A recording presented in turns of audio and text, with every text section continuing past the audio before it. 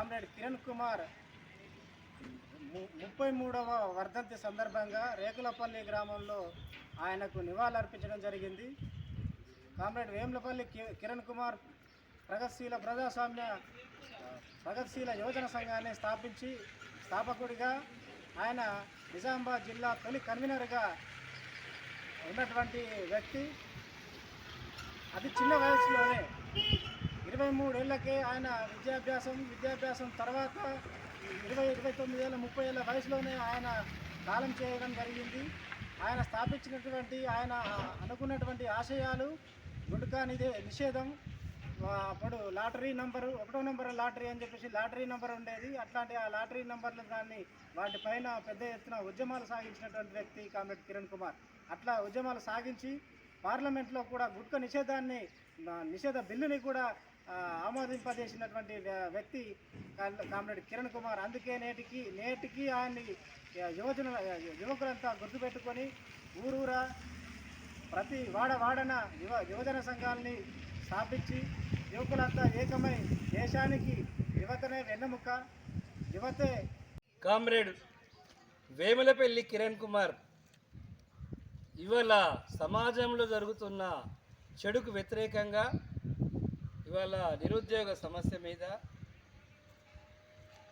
ఉద్యోగాలందరికీ కల్పించాలని, అట్లాగే యువకుల్ని ఈనాడు ప్రభుత్వం వాళ్ళను దుర్వ్యసనాలకు లోనవుతూ వాళ్ళను ఈ దేశం గురించి ప్రశ్నించే హక్కును లేకుండా చేయాలని చెప్పి, అట్లాగే ఇలా యువతరాన్ని చెడు వ్యసనాలు తీసుకొచ్చి పత్తలాట, అట్లాగే ఈ మన గుట్కా ఇట్లాంటి దుర్వ్యసనాలకు తీసుకొస్తున్నాయి ప్రభుత్వాలు. అయితే ఈ చెడుకు వ్యతిరేకంగా యువకులందరూ దేశ అభివృద్ధి కోసం, దేశంలో సమాజాన్ని మార్చడానికి యువకులందరినీ ఐక్యం చేసి ఊరూరా సంఘాలు పెట్టి, నిజామాబాద్ జిల్లాలో ఊరూరా సంఘాలు పెట్టి ఉద్యమాలను నడిపిన నాయకుడు కామ్రేడ్ వేములపల్లి కిరణ్ కుమార్.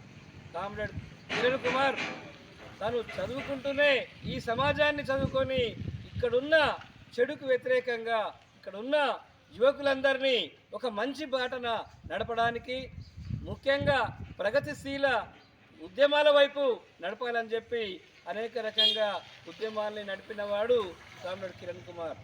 ఇలాంటి కామ్రేడ్ కిరణ్ కుమార్ తాను నిత్యం యువకుల కోసం ఆలోచించి ఈ సమాజంలో నిర్మాతలు కావాలి, వీళ్ళే రేపు ప్రజలకు ఉద్యమాలకు నాయకత్వం వహించాలని చెప్పి నడిపిన నాయకుడు కామ్రేడ్ కిరణ్ కుమార్. కాబట్టి కామ్రేడ్ కిరణ్ కుమార్కు జోహార్లు అర్పిస్తూ కామ్రేడ్ కిరణ్ కుమార్ వర్ధంతిని ఈ రేకులపల్లిలో ఈ సందర్భంగా మనం జరుపుకుంటున్నాం.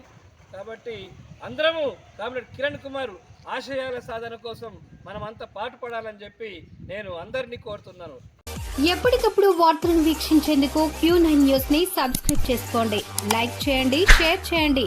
విలువైన సమాచారాన్ని ముందుగా మీరే తెలుసుకునేందుకు బెల్ బటన్ ని క్లిక్ చేయండి.